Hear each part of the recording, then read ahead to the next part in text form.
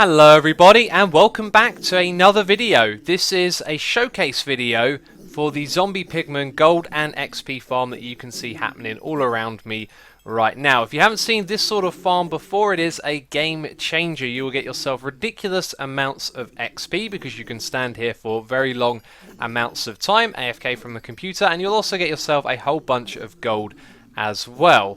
Now, what I'm going to show you in this video is my expansion of Snow Crash's design. His design is very skeletal and I built around it to add a few more features, tweaks and changes.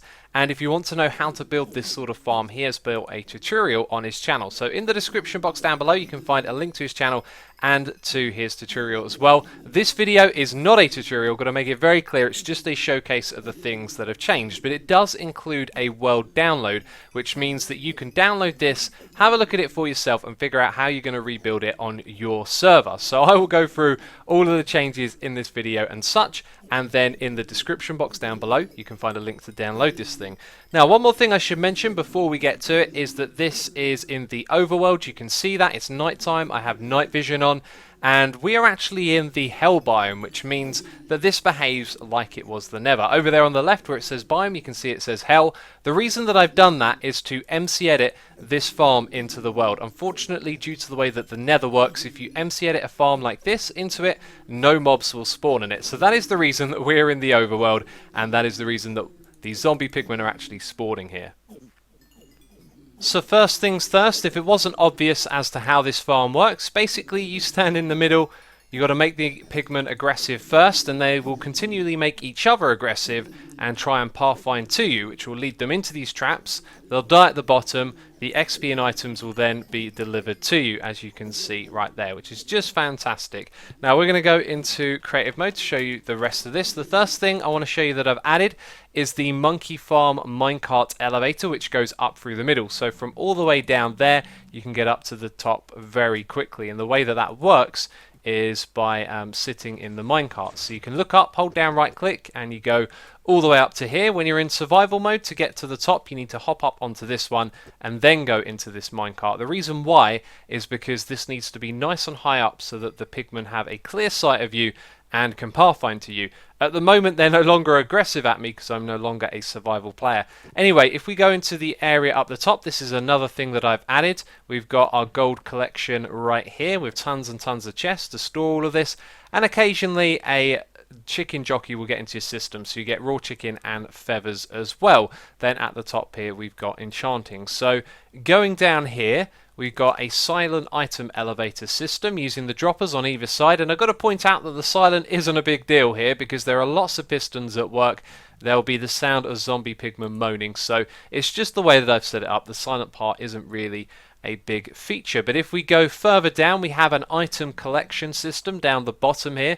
You can see it if I move into this space. We have 2 rows of rails with 6 minecart hoppers in total. Now this means that when the items get pushed over the top of it, those ones will pick it up and then they will get sorted out down here. So over on this side we have an item filter system to filter out the rotted flesh. On the other side we have a system to pick up golden swords which go through here, and those items will get dispensed. And you could put some lava there. I haven't done that yet, so that would destroy the items, but basically you separate them and get rid of them that way.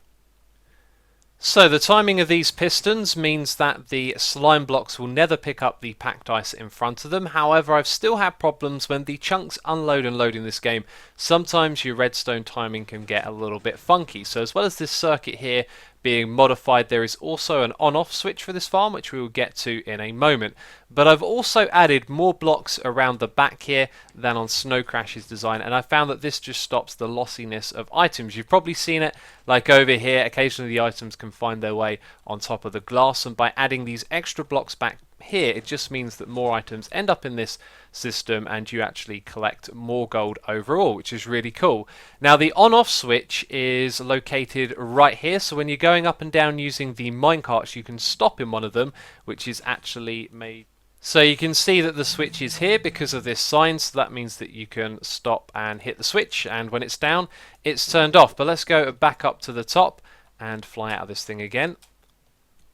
So that's where the on-off switch is located, and this is the master clock right here. So it plugs into that and basically leaves it in the off state. But when it's on, every so often it'll bring a pulse out of here and send that round to the rest of the farm. So what you'll notice is that my redstone is slightly different from Snow Crash's. I just tried to make it a little bit easier to wire up, and then the redstone goes up to all sorts of sets of pistons and stuff to move the items and XP around. Now over here you'll see some buttons. I did a video on this, on why buttons will stop mobs spawning. How this guy's got over here, well, I was about to say I just don't know. Apparently I missed this out. So with some buttons there and there, the mobs won't be able to spawn. And the same can be said of all of the redstone. Basically it's all been designed with mob spawning in mind, and in 1.10 it is basically completely spawn proof at this point. And you may have noticed it earlier, but there are some iron golems hanging out on glass blocks at the back here. The reason they're here is to attract magma slimes to them, as magma slimes will try and attack the iron golems. But magma slimes will also reduce the amount of zombie pigmen that can spawn in your farm. So the idea is to attract them over to the edge, and they'll try to attack the iron golems and fall off, which will take care of them. Now I've only ever built them in this configuration and none other, and I didn't think it was particularly effective. So if you're going to build this farm for yourself, I would suggest messing around with adding more iron golems or putting them in different positions. For example, you could put them at different heights.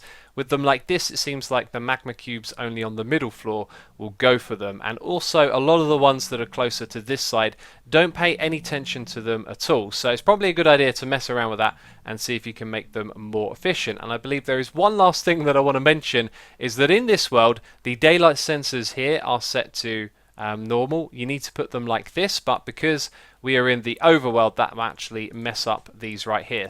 So I do believe that covers all of the tweaks and changes that I made to Snow Crash's farm.